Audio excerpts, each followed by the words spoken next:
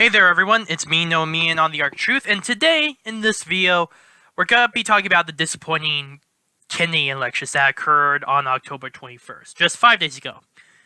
So, as we already know, disappointing election, and a lot of people are very frustrated, I am too. Justin Trudeau maintains his grip on power. He's still the Prime Minister. And that is especially frustrating, considering that that nationally, this should have been a good win for the Conservatives. In terms of percentage, they got 34.4% of the entire vote. In terms of the popular vote, they beat out the Liberals, who had 33.1% of the vote, and the rest went to other parties like the Quebec Bloc, the New Democratic Party, Green, and those kind of parties. And unfortunately, also, the Canadian People's Party did not win a single seat, so that also is frustrating. But as there has been a major ever since the election occurred on October 21st, there has been much fallout. And I'm not just talking about the whole results of the election, although I will get to that first. I'm also talking about what is going on with Justin Trudeau and just the overall reaction in general. So here's the thing. While Justin Trudeau has managed to retain a hold on power, the Liberal Party is now forced to be a minority government. Now, this is since the reason why it's a minority government, despite having the most seats so far, is because they didn't meet that threshold of 170 seats won, and they currently have only 157 seats. Before the election, they had over about 177 seats, that making the Liberal government to become the majority at the time, but now it's a minority. And originally, I was going to post this video to talk about how the Liberals might form into a coalition with other candidates, other parties, but apparently that's not going to happen. But let's first look into the results. Andrew Scheer's Conservative Party, their change was they gained 26 seats. 26 seats. They managed to win the most in this election, despite being the quote-unquote losers. They now have a much higher amount of authority and power to take on the Liberals, especially considering now that it's a minority government. This would place Justin Trudeau at a major advantage. He would need to work with other candidates to in order to get his bills to be passed, and that's just only for the Conservatives. For the Quebec Bloc, which is mainly resides in Quebec, they got 22 seats, which changed from their original 10 seats to up to 32. While the Green Party is the final one that actually managed to gain some seats, which they managed to win only one. So I don't think they're gonna be a major player. The rest of the parties that are featured, such as the Canadian People's Party, the New Democratic Party, and the Liberals, happen to have lost a good amount of seats. For the New Democrats, that would be 15, and we already know about the Canadian People's Party, unfortunately. Now, this places Justin Trudeau in the conundrum because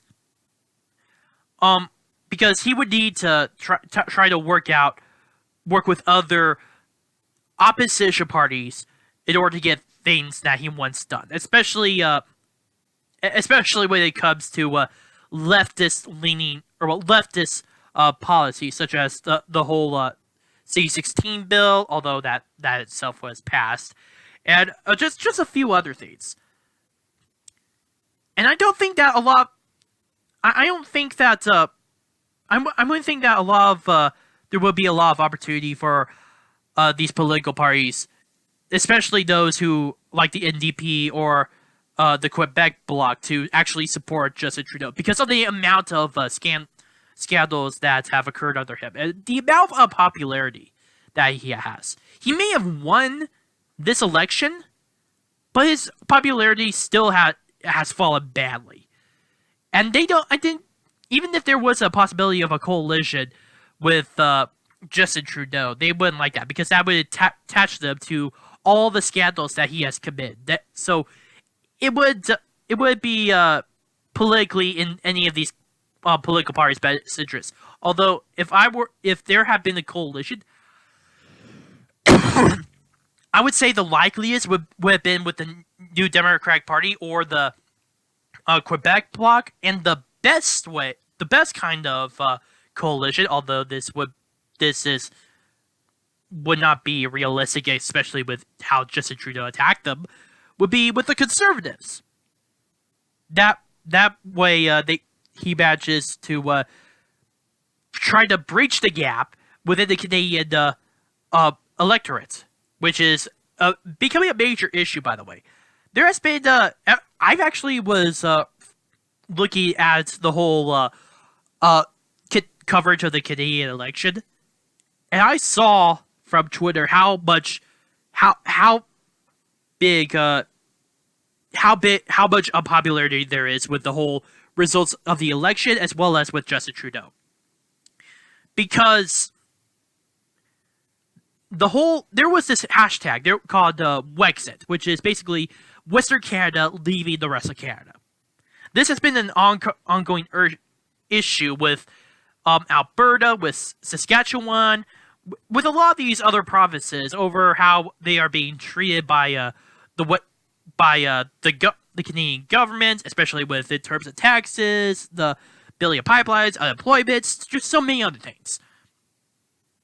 And ever since Justin Trudeau has been elected, there has been an upsurge of those who support separatism. In fact, in January 2019, there was a poll in Alberta which said that 50% supported separation. And like I said before, hashtag Wexit became a major trend on Twitter.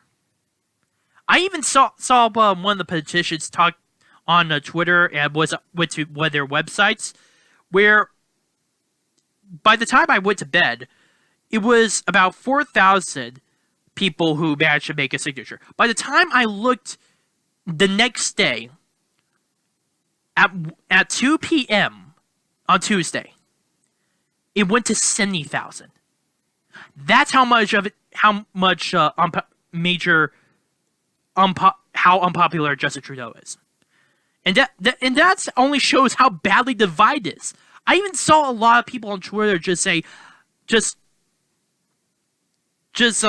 being condescending to those in Alberta and Saskatchewan, say that it's because of the planet was dying, or because get over it, acting snarky and elitist. Which I would have to say to them, if they're watching this video, they're your fellow Canadians. You should be helping them. You should be talking to them, trying to understand what their position. But no. Regardless, already with just those two things, with no coalition, and with with the Alberta separatism, and I believe even Saskatchewan actually supporting the idea of separatism, this has caused major turmoil within the Justin Trudeau's second administration. Because now he has to deal with the whole, because of this major call for separation, he has to deal with this sort of issue to try to find a way to get the Albertans and Saskatchewan to be somehow a part of his cabinet, and maybe, just maybe, prevent separatism from getting out of control. Again, this only shows how unpopular Justin Trudeau is. And considering how badly the Liberals' laws and how much the Canadian electorate turned against him, I'm not surprised at this. I really am not. Justin Trudeau may have said in his victory speech that the Canadians chose the progressive agenda. I would have to say you need to check your math on that, my friend. You really do. And it's obvious that what you're doing right now is already how your own government is already on shaky ground. And I'm pretty sure that as you dip in popularity, as more scandals continue, as more people stand up against you, it's just going to get worse. And I think that's going to be shown in the future. I don't know how long. I don't think, in my honest opinion, I don't believe that the minority of government, run by the Liberals, is going to accomplish much. Or, well, take it back. I don't think it's going to last that long. I think there's going to be such conflict within the parliament itself that there may be a call for snap elections. That's honestly my opinion. And I think that if there is a call for those snap elections, Justin Trudeau and his Liberals will be wiped clean. While it is true that Justin Trudeau managed to win, it is the Conservatives that ultimately won out. They won 22 seats. They won the majority of the popular vote. And I'm pretty sure that as Justin Trudeau gets further and further unpopular within the Canadian public, and if there's a possibility of snap elections being involved, that his political career will come to an end. Although that's my personal opinion. Tell me what you guys think. My name is Obi on The Arc Truth. Please post your comments down below, like this video, subscribe, and share with friends. Also, if you have any issues with how I make my videos, such as how I frame it, how I speak, anything, please be sure to post them down in the comment section down below, or directly message me. Thank you.